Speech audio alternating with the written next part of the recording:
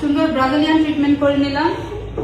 অনেক দিন ধরেই ভাবছিলাম যে হেয়ারটাকে কিছু করা দরকার। এত বেশি মেয়েটা মানে চুলটার উপরে অত্যাচার করে, মানে শ্যাম্পু করবে না, তেল দিবে না। আপনার জন্য আমরা জুঁই নারকেল তেলের একটা অ্যাড নিয়ে এসেছি। আসলে এটা কিন্তু জুঁই নারকেল তেলের কোনো অ্যাড না, এটা হচ্ছে আর্নিস নকশি মেকওভারের একটা অ্যাড।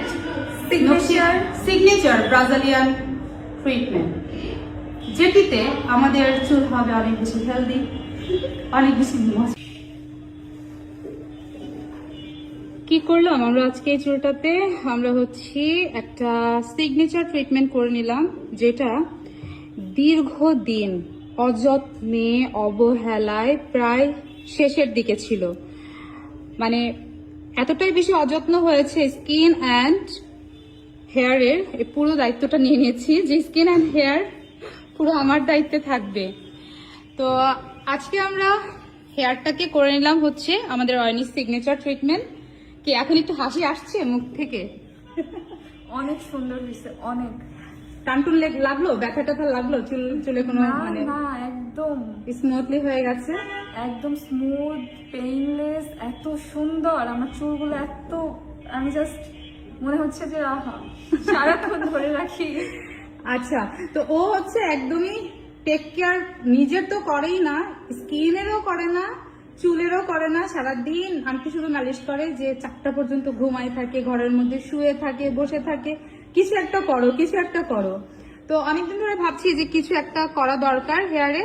তো আজকে ফাইনালি অনেক কষ্টে কষ্টে রাজি করিয়ে চুলটা ঠিকঠাক করে দিলাম। অনেকদিন ধরে ভাবছি যে চুলটা কিছু করব। আন্টি আমাকে এতবার কল করেছে যে তুমি ওকে কল দিয়ে নিচ্ছ না কেন, কল দিয়ে বলছো না কেন কিছু একটা করতে। তো ফাইনালি আজকে চুলটা করলাম। করার পর কেমন লাগছে? হালকা লাগছে একটু? প্রচন্ড হালকা লাগছে। মানে আগে একটা ঝাড়া দিয়ে বসে আছি, এরকম পুরো হালকা হালকা লাগছে, ফুরফুরে লাগছে। হ্যাঁ। তোমাকে কিন্তু অনেক সুন্দর লাগছে। আর আমি একটা 2 মিনিটে জাস্ট ও এলোমেলো হয়ে আছে, তো এমনি সুন্দর মাশাআল্লাহ। আমি 2 মিনিটে ওকে বললাম যে একটুখানি একটা সোভার কালার একটা কিছু মানে লিপস্টিক পরো, একটুখানি জাস্ট একটু সানস্ক্রিন দিয়ে বসিয়ে দিয়েছি যে বসো। আপনারা আপনাদের সকল যত্নে আর্নিস নকশি ধন্যবাদ, আপনাকে অ্যাড করতে হবে না। আমি আমার ছোট বোনের কাজটা করে দিয়েছি, এটা আমার কাছে অনেক, অ্যাড করা লাগবে না। ওর চুল মাশাআল্লাহ অনেক সুন্দর হয়ে গেছে। মানে এত পরিমাণ ড্যামেজ ছিল, এত পরিমাণ আনহেলদি ছিল, সেই চুলটা কিন্তু এখন মোটামুটি একদম একটা সুন্দর পর্যায়ে আছে। আসসালামু আলাইকুম এভরিওয়ান, আর্নিস নকশি মেকওভার থেকে চলে আসলাম একটা হেয়ার নিয়ে। এবং হেয়ারটার যে প্রবলেমগুলো আমি দেখতে পাচ্ছি যে মোটামুটি 40 বা 50% একটু ড্যামেজ, একটু না ভালোই ড্যামেজ। তো ড্যামেজের কারণটা হচ্ছে এই হেয়ারটা ঠিকঠাক মতো টেক কেয়ার করা হয় না, একদমই টেক কেয়ারটা হয় না। চুলের মধ্যে অনেক অনেক প্রবলেম দেখা দিচ্ছে, দুমুখ হয়ে গেছে, মামা ভাগ্নে সাপের মতো। একদম কিছু কিছু মানুষ আছে না দুমুখ, সেরকম টাইপ হয়ে গেছে চুলগুলো।